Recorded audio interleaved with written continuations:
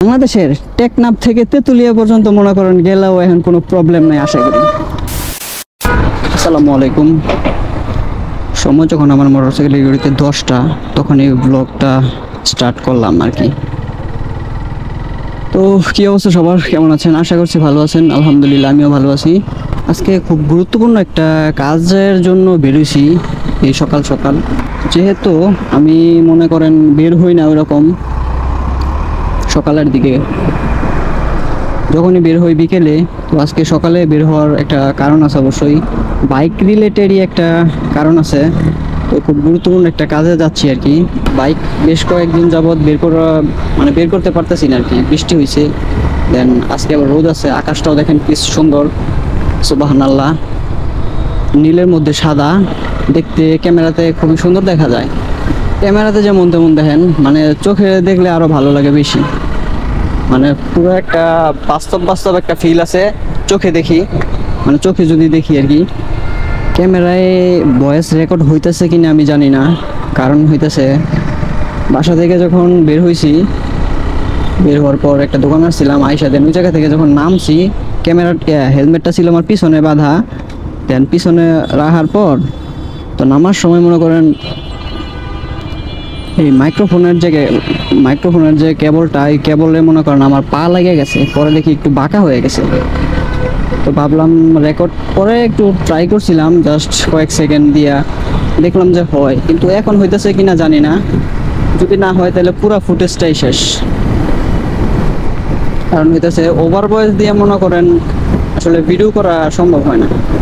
Over voice দিতে গেলে মনে করেন এরকম মিলে না, বাস্তব একটা ফিল আসে না। তাই কিছু সময় দেখা গেছে 2-1 মিনিটের ভিতর যদি কোনো কারণে ভয়েস সমস্যা থাকে, তাহলে হয়তো ওই জায়গায় কিছু হালকা মিলাই দেওয়া যায়। কিন্তু 10 মিনিট 15 মিনিটের মোটো ভ্লগ মনে করেন মিলাই দেওয়া যায় না। মানে যে যা বলতেছি এগুলো তো আসলে মিলাই দেওয়া যাবে না, তাই না? মনে করেন এই যে একটা আমি হাত দিয়ে দেখাইতেছি যে সামনে একটা আমার বামে অটো যাইতেছে, অটোকে আমি পাস করলাম, এগুলো তো আসলে মিলানো যায় না, তাই না? তো ব্লগটা স্টার্ট করছিলাম হইতেছে গাজীপুর চৌরাস্তা পার হওয়ার পর। যদিপুর রাস্তায় উঠছি, ওঠার পরে ব্লগটা শুরু করছিলাম।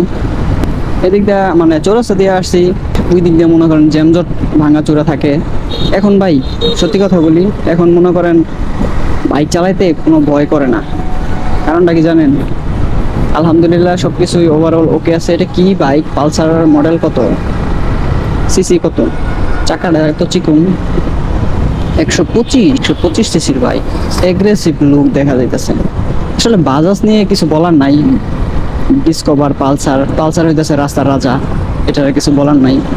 এই শুরুতেই মনে করেন রাস্তা কাঁপাইছে পালসার। এখন পর্যন্ত মার্কেটে পালসার আছে, পালসার ডিসকভার। বাইরের ইন্ডিকেটার হইতেছে বামে, উনি সোজাই যেতেছে, হয়তো ইন্ডিকেটার ফলো করে না, যে ইন্ডিকেটার দেওয়া। আসলে এই সমস্ত জিনিস না সবসময় ফলো করা দরকার। কারণ আপনার মানে আপনি কোন দিকে যাইবেন, ওটা যদি সাথে দেন 10 হাত 15 হাত বা 10-15 গজ দূরে থেকে যদি ইন্ডিকেটারটা দেন, তাহলে মনে করেন পিছন থেকে যে লোকটা আসবে আপনাকে ওভারটেক করার জন্য, সে মনে করেন সুন্দর করে বুঝতে পারবে যে আপনি কোন দিকে যাইতে চাইতেছেন। আসলে সবসময় আমি দেখছি অনেক বাইকের দেখছি যে গাড়ির ক্ষেত্রে না বেশি, বাইকের ক্ষেত্রেই বেশি দেখছি, মানে ইন্ডিকেটার যে কোনো একদিকে দেওয়া থাকে। আসলে এটা দিয়ার এত লাভ নাই। আপনি এটা খেয়াল করেন, মিটারের দিকে তাকালেই তো বোঝা যায়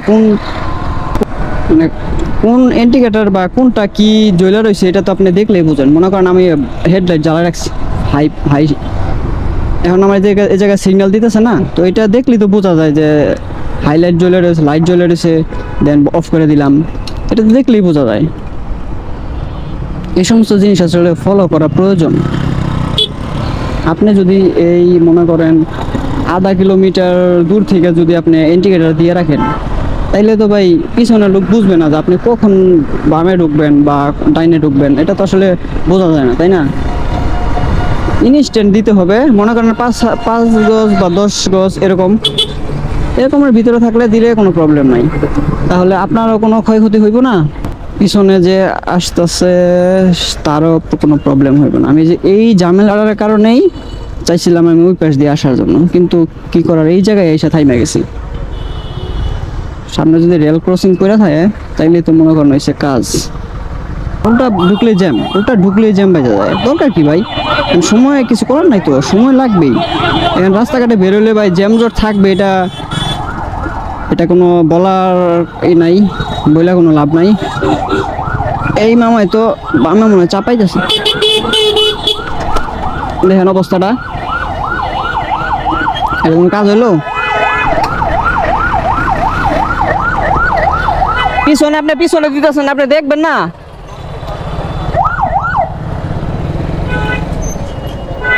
আপনি পিছনে দিতেছেন, আপনি দেখবেন না? আপনি পিছনে দেখে দেখবেন না? আপনি দেখতেছেন আপনি, তাহলে আমার পিছনে লাগাই দিলেন কি কারণে?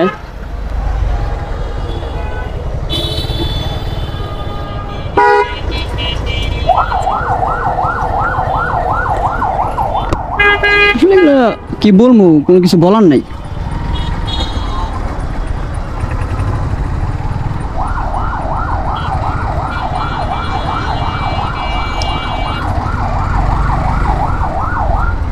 অল্পতেই হয়েছে, মানে তেমন কিছু হয় নাই।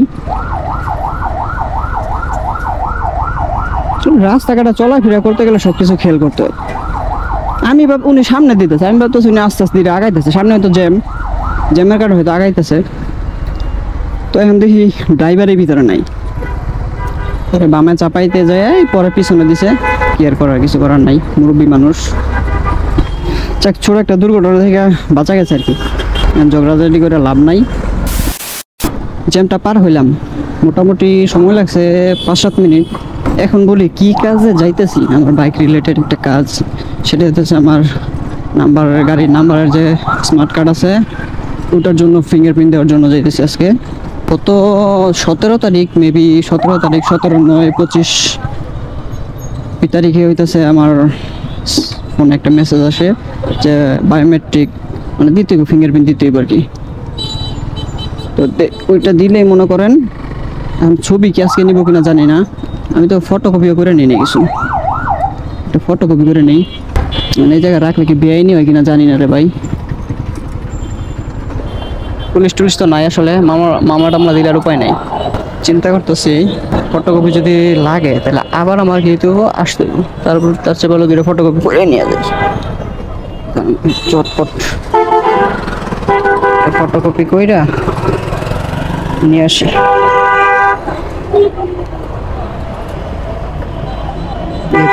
গাড়ির কাগজ, এটা ফটোকপি করে নিয়ে আসি, দেন অল্প সময় হয়ে যাবে হয়তো বা।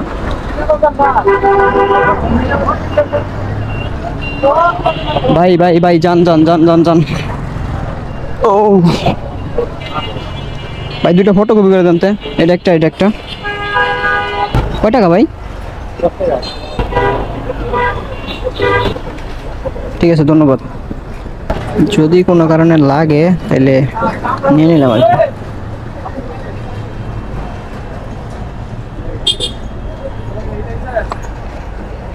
চলেন যাই, এখন আমি মোটামুটি রেডি। ব্যাগ নিয়ে নিলাম। ব্যাগ থাকলে একটা সুবিধা আছে বাইকের, ব্যাগ থাকলে, বাইক চালাইতে ব্যাগ থাকলে একটা সুবিধা আছে, অনেক সুবিধা। দৌড়াই যেতে হবে, দৌড়াই আর। চলেন এখন যাই।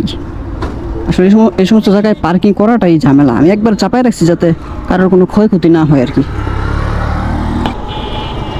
মামা চাপায়া যদি বাইকটা কোন দিকে রাখবো চিন্তা ভাবনা করতেছি। আগে আমি একটু হাত মুখ ধুয়েই, যদি ছবি তুলে তাহলে তো মনে করেন ছবি তুলতে হইব, তাই না? সুখবর সুখবর সুখবর ভাই, এখন যে কি একটা আনন্দ লাগতেছে আপনাদের বইলে আমি বুঝাইতে পারবো না। মনে করেন ছোটবেলায় যখন মানে ঈদের আগে মুহূর্ত আসতো তখন যেরকম আনন্দ লাগতেছে, আজকে ঠিক ওরকম আনন্দই লাগতেছে। নিজে একটু এখন মানে কি বলবো ভাই, আসলে বলার ভাষা পাইতেছি না। যাক, আলহামদুলিল্লাহ। যতই দুঃখ থাক, যতই আনন্দ থাক, তার মধ্যে আল্লাহ তাআলার নামটা অবশ্যই নিতেই হইব, কারণ মহান আল্লাহ তাআলার জন্যই মনে করেন সব কিছুই হইতেছে, আল্লাহ তাআলার রহমতে। আমরা তো জাস্ট মানুষ, তো জাস্ট ওসিলা, তাই না? আল্লাহ তাআলার রহমতেই সব কিছু হইতেছে।